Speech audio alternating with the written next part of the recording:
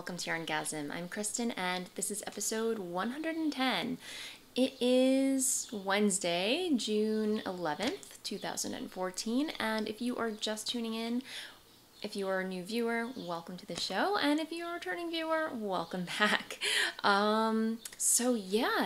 It is a beautiful day out. I'm home from work, and I wanted to put out a podcast. I'm a little late this week, only because I just have not had time. I had to catch up with fulfilling orders for Voolenvine yarns, but here I am, podcasting. So, let's get down into stuff. Well, first of all, in news, I don't know if you follow me on Twitter or Instagram or have been checking the website, voolenvine.com, but Judy Marples, also known as Spinny Knitter, she, one of my favorite knitwear designers, she actually designed a new shawl pattern called the Estonian Dreams shawl using one of my hand-dyed yarns. So I was super excited when she emailed me, sent me a photo. She's like, does this look familiar? And I was like, oh my gosh. I was so psyched. So Judy, if you're watching, it is incredible. I'm so glad you enjoyed working with it, and I will of course, if you're watching this, you're probably going to see a photo of it right now, but it's beautiful, and I cannot wait to cast on this pattern because it's gorgeous. Anyway, but yeah, so I was very, very excited about that. So definitely, I will post a link in the show notes if you want to check out the pattern. But all of her patterns that I knit, if you've been following along with my show, she's, again, one of my favorite knitwear designers, and every pattern that I've knit of hers, I've thoroughly enjoyed. And yeah, so definitely check it out. In other news, I was following along, I was checking out the Ravelry, the YarnGasm. Well, I cannot talk today, guys. It's been a long week. But I was checking out the YarnGasm Ravelry thread, checking out all your comments and everything like that. And in one conversation, I was totally inspired to do a knit-along.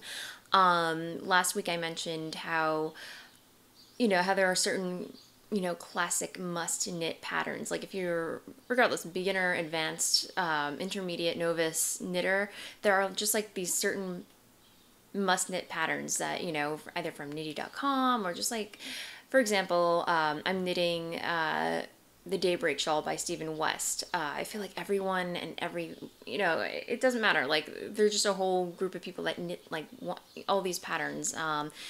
Daybreak, Ishbel, Eclipoti, I might be saying that wrong, Clipotis, it's from knitty.com, just like all these popular patterns, that it doesn't matter whether, again, it doesn't matter whether or not you're a beginner knitter or advanced knitter. If it's been on your queue and it's one of those patterns that, you're like, I've always wanted to knit this, I was thinking about just compiling a list, of all these, quote unquote classic patterns, be it Elizabeth Zimmerman.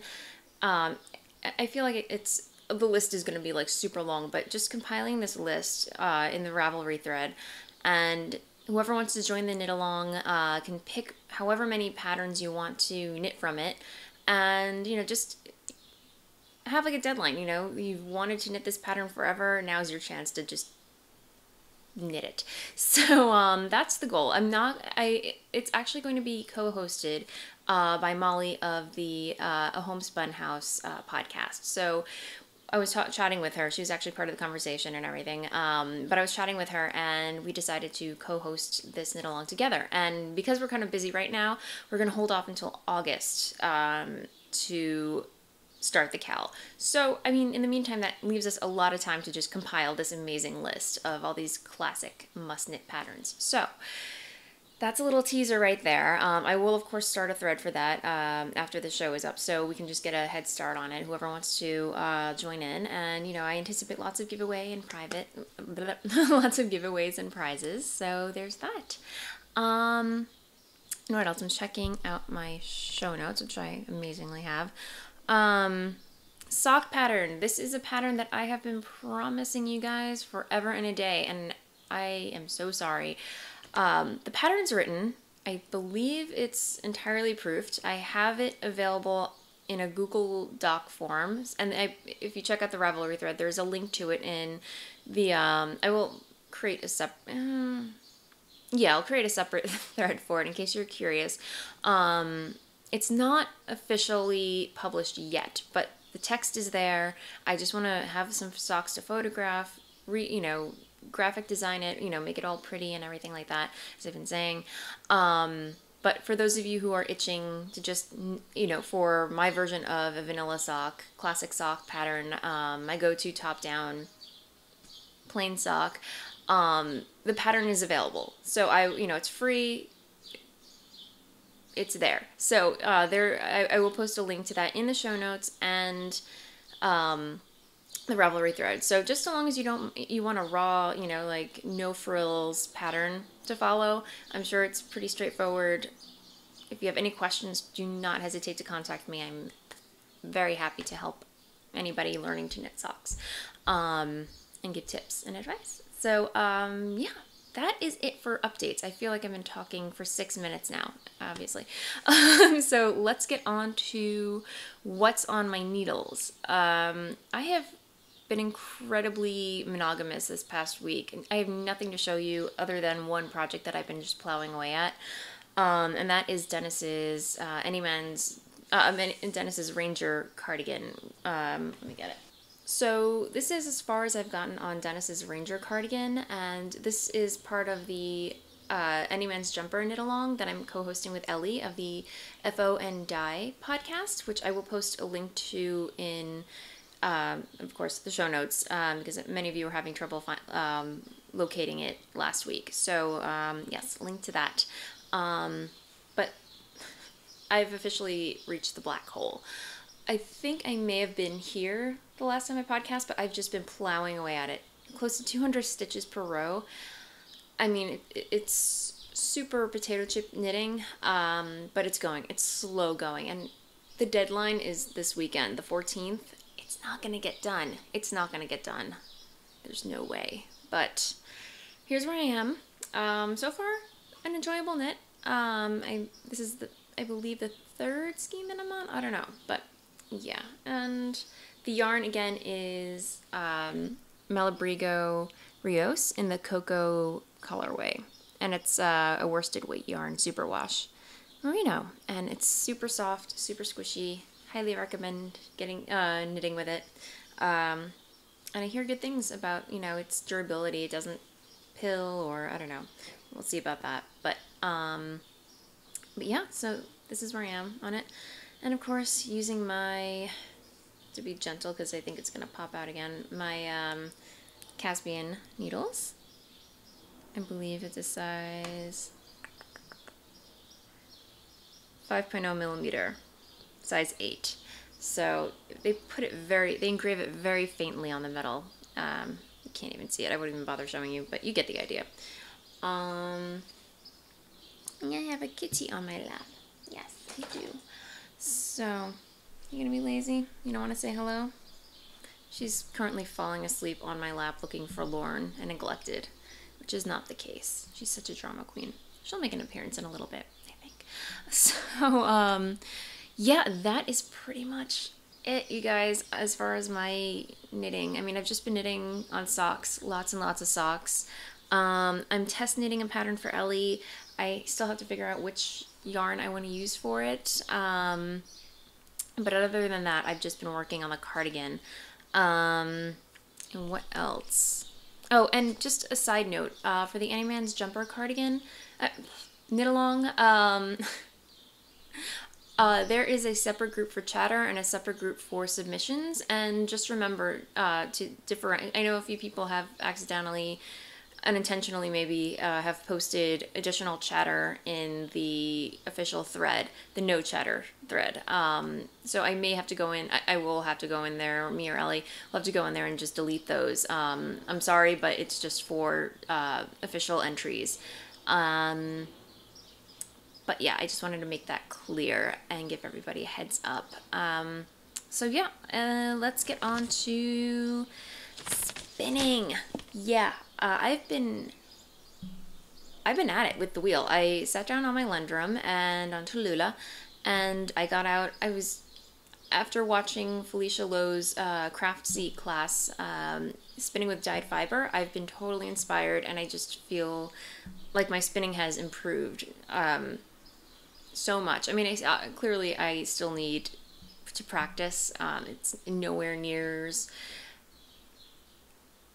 I'm still like beginner novice. Like I need work. I still need work. And I purchased a book which I'll show you in a minute. But let me see if I can get it. What did I do with it? Oh, it's here. I finished spinning my Mr. Kittens by Spun Right Round. And here it is, all plied up. And it's muted. Totally my speed, right? So you got some nice golden, if I can just, let me see. Focus. Okay. So you got some grays, like a silver gray, a mustard yellow, some, you know, olive green, and then just like this delicate like peachy pink in there. And you can tell like it's not totally even, but I got a nice, I think, DK weight out of it, or sport weight. It spun up pretty thick, and this is Falkland, the fiber, and I really enjoyed spinning with it. It was a long staple length, so like I did a worsted ply, and it spun up pretty thick. Oh, kitty, wanna say hello? No! Sorry guys, I tried to let her say hello, but she's like, nah, I'm gonna go explore. Yeah, but anyway, as I was saying, I'm not sure how many yards are in here. I'll have to do a little bit of math for that. Good times. But what was I going to say? It's a Navajo ply, so I kept the colors consistent. So I think it's going to have like a nice little stripy, if not, you know, flashy effect to it. But yeah, it was really fun to spin with. I highly recommend spinning with Falkland if you like long staple lengths, and it's very lofty. Lots of bounce to it. So, which is, I believe, what worsted plying does. So, and I also recommend The Class by Felicia Lowe. And yeah, so that's what I've been busy doing. But because I've been so excited with spinning lately, I cast on, I started spinning my my Gourmet Stash Fibery Tribbles, the obligatory box of chocolates. It's on Tallulah right now, but I'm not going to pull it over here because there's really not much to show, but I did start spinning it on my Fong by Ghostworks. Let me just pull it out. And I was just like, I'm still not there with, I need a little bit more practice on my Fong, but this is the caramel colorway, or the caramel Fibery Tribble that I'm spinning from. So lots of, if you can see, it has like a little bit of caramelly stellina in there, and it's just so lovely. I didn't want to just kind of throw it away, not throw it away, but like spin it up on something I'm not confident spinning on yet. So I took it over to Tallulah, and I'm just going to be spinning it on there. But yeah, if you missed out last week, these are Fibery Tribbles by Gourmet Stash, and this is the obligatory box of chocolates. They come this awesome little cake cookie box or whatever, and it came with 6. So you have your mint, and then you have your raspberry, and then you have caramel, which I'm currently doing right now. And the fiber content, it's got a lot of fiber in here, or a lot of, what did I do with it? I think it's over there somewhere. But anyway, it's got a lot of lovely, lushy fibers in here. So I'm greatly enjoying that at the moment. So yeah, let's move on to stash enhancements, because that's pretty much all I've been spinning.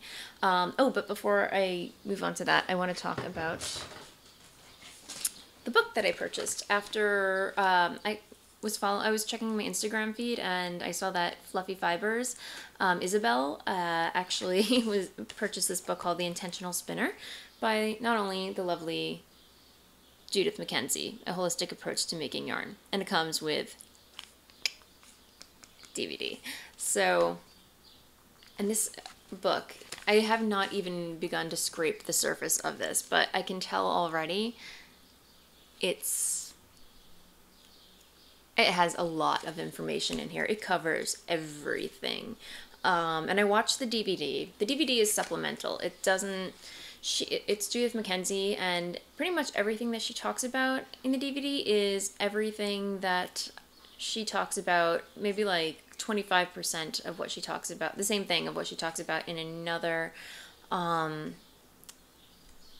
digital download video that I purchased from her. If I can find it, I will tell you in a second.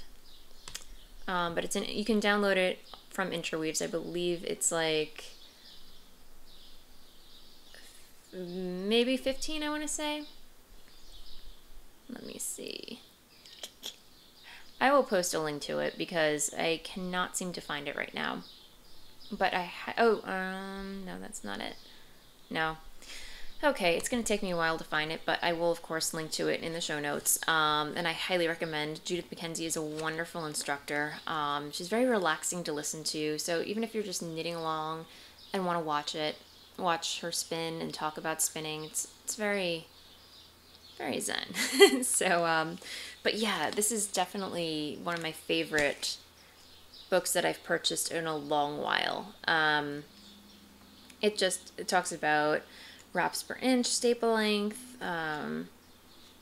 just everything. So again, I have not even begun to scratch the surface of this. There's lots and lots of information in here. So now that I've waxed poetic about that, let's move on to what I'm stashing. So, here,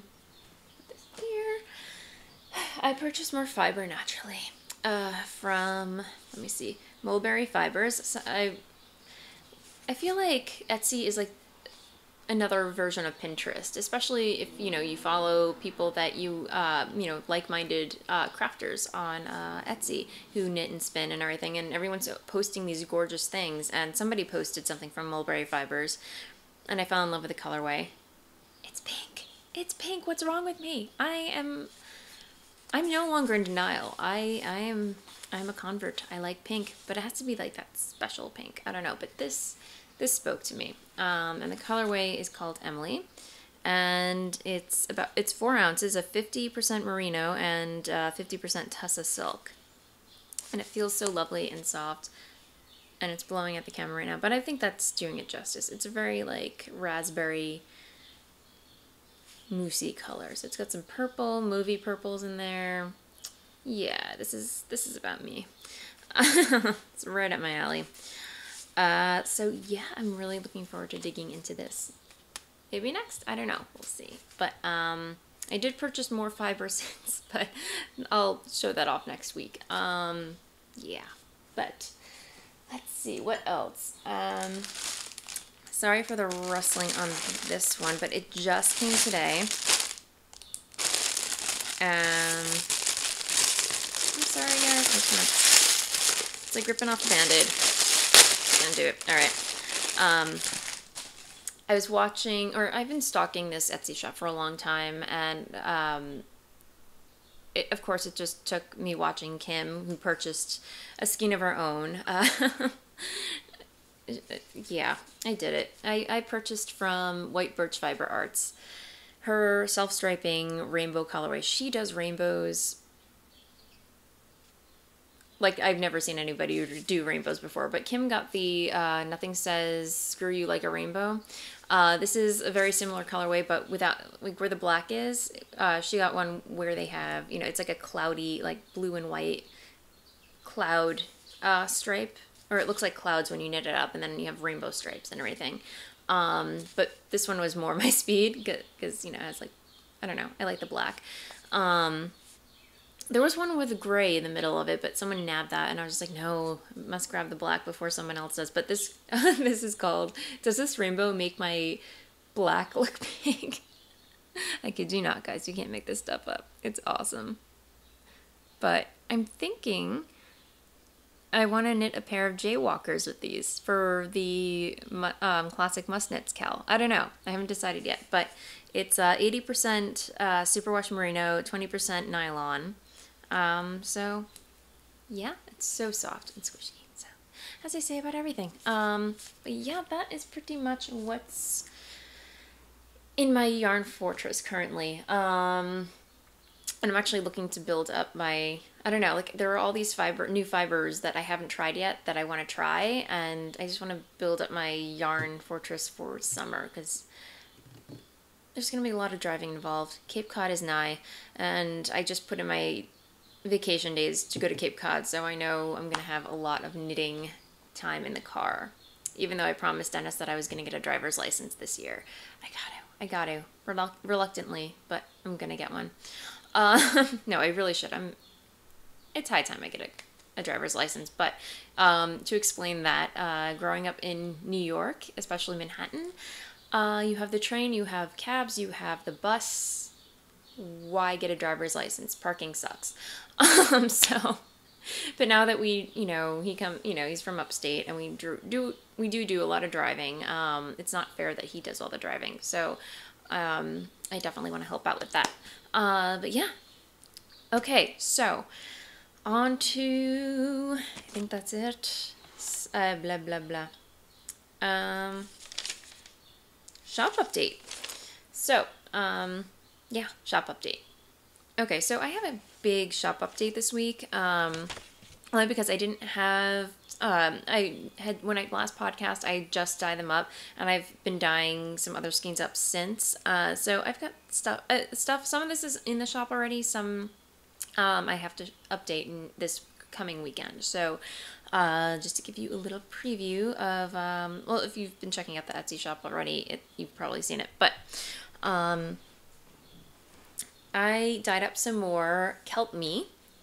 Let me see. Which is this. It's just like a variegated, hello, we have a cat. Sorry guys, the cat is deciding to sit on my lap and I don't want the yarn to get all kitty furred. But anyway, this segment of stash update, or the segment of shop update is brought to you by Miss Bella. Who's very happy to be here. She's elated. She's excited. She's stoked. And she sees a bird. Okay. You gonna sit? Okay. So, but yes, this is Kelp Me in my blitzed base. And yeah, it's just light blues, teals, maybe, is there a hint of lavender? No, just grays and navy blues in there. Again, it's on my blitzed base, which has 75% superwash merino, 20% nylon, and 5% stellina, and for 438 yards. So, contrary to popular belief, stellina is thought to be a little tough, but surprisingly, this is very soft. So, very pleased with this base. And then I have it again on my Lush base, which is a merino nylon cashmere blend. So, if sparkles are not your thing, I have it in merino nylon cashmere, and no one ever said no to cashmere. So, oh dear, Kristen. So there's that. And then I feel like ever since I got back from vacation, I totally went cray-cray with the colors, and I was doing more bold. I just needed to go on a creative binge. I don't know, even though there were other colorways that I needed to, colorways that repeatable colorways that I should have recreated. I just wanted to say, put it off a little bit and just get a little creative. So I dyed up this, and this is on my footsie base, and this is called Gelha, which is inspired by a place in Mexico that me and Dennis visited, and it's beautiful. I highly, I'll post a link to it in the show notes. But if you ever go to Mexico, it's definitely a place to visit because you can swim, you can snorkel. There are reefs, there are fish. It's a beautiful place. So yeah, this has like a lot of let me see, purples, teals, greens, and like a hint of like earthy brown in there, just to kind of like neutralize it a little bit. And let me see, this is my new footsie base, which is a BFL blend. So 80% superwash BFL and 20% nylon, which is amazing. I had another base that had BFL in it, but I wasn't crazy about it. It was my Bedford sock, which was nice, but it didn't have like the spring that I was looking for. It didn't feel squishy, it didn't feel, I don't know, it didn't speak to me. But this one I'm very pleased with, and I like it, and it's going to be a regular in my shop. So if you love BFL, it's a sturdy, it makes for a very sturdy sock yarn, socks or everything, and it's soft enough where if you want to like knit some other garment, like a shawl or a hat or mittens, it's soft enough for that.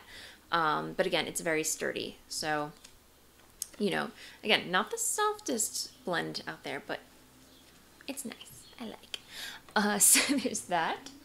And then I was inspired, of course, like everyone is now, by Maleficent, that movie with Angelina Jolie. And this is kind of like my interpretation on it. I was looking at the cartoon character. My necklace is doing its own little thing here.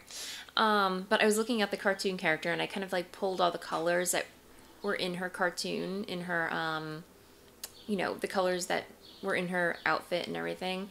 And I just kind of did my own little interpretation of it. So here it is on my Blitz base. And I believe this one actually just sold, so I may have to dye up another. But there's this one. And then I have another one. Of course you always dye too. And this is on, again, my merino nylon cashmere Lush base. So lots of pretty, let me get that to focus. Like a witchy green in there, red, purple, lavender, black, magenta, and pink. So, let me see, maybe that, yeah. So, I think it's cool. There's that. And then over the weekend, I had another dye fest, and it kind of took like another direction where I wasn't going with the bold colors. I was going with kind of more muted tones because I wanted to go back to like my, colors that speak to me, colors that I really love knitting with. Not that I don't love the occasional bold color, hence, let's go crazy with color. But the last dye session that I did, I literally just went, back to my, I don't know what you want to call it, but anyway, let me get them.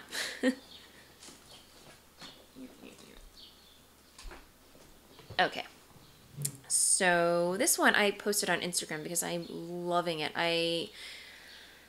When I went through my creative binge thing, I kind of didn't write down the formula. I was just saying, to hell with it, I'm just gonna have fun, see what comes up.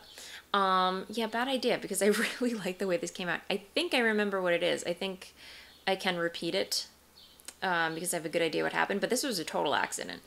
I haven't named it yet, but it's just like this very lovely beige, not beige, it has like variegated shades of light peach, gray, and then like a subtle light blue.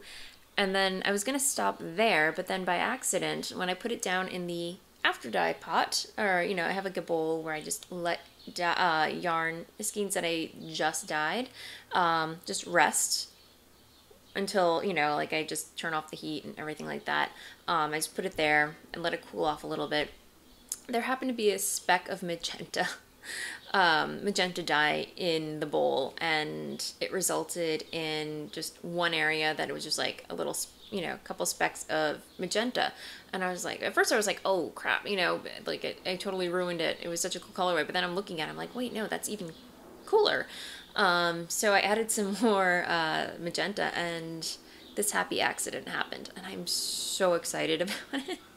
I almost want to keep it for myself, but we'll see what happens. Excuse me. So there's that.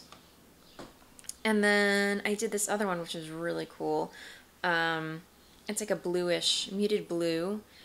It's not, it almost looks like my Myth colorway, but it's a little, it has like, it's more bluish with like these mauvey kind of streaks in it.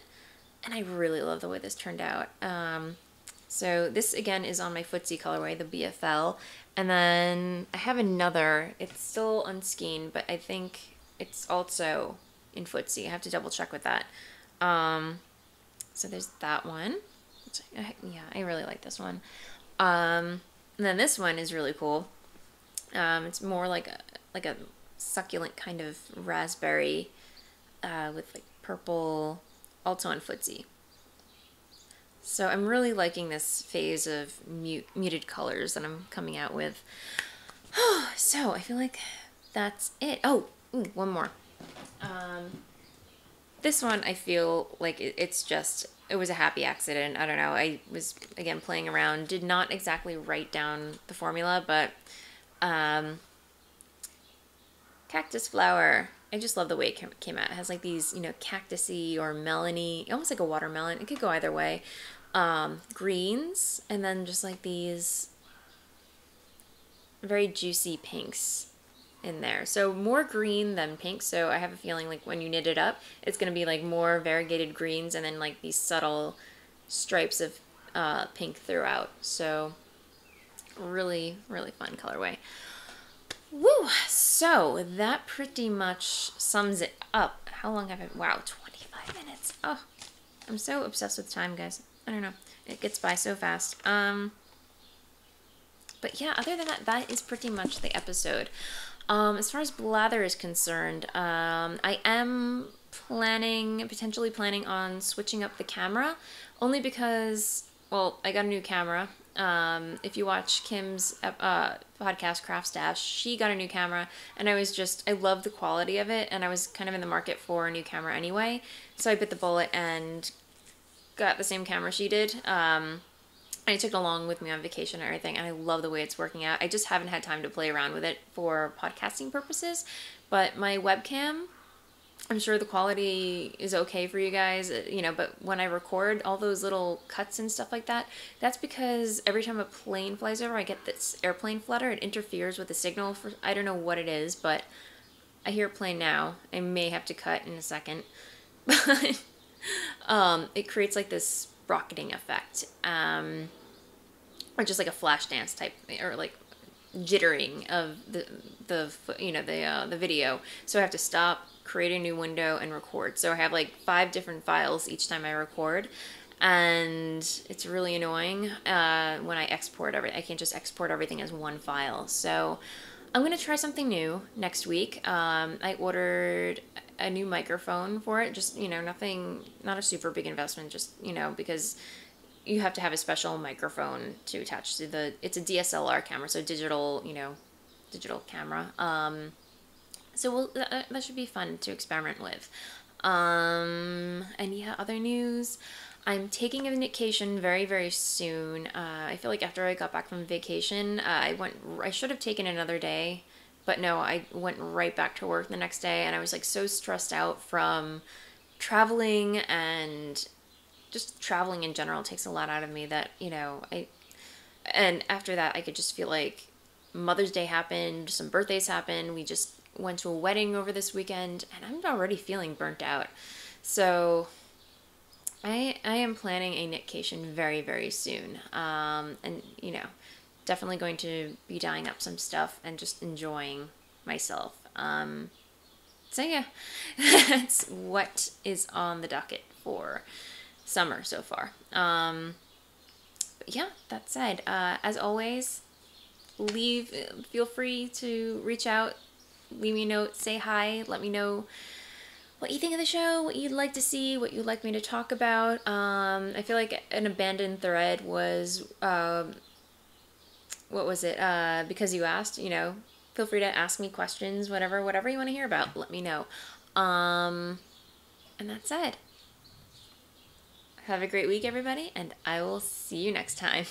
Bye. La, la, la, la.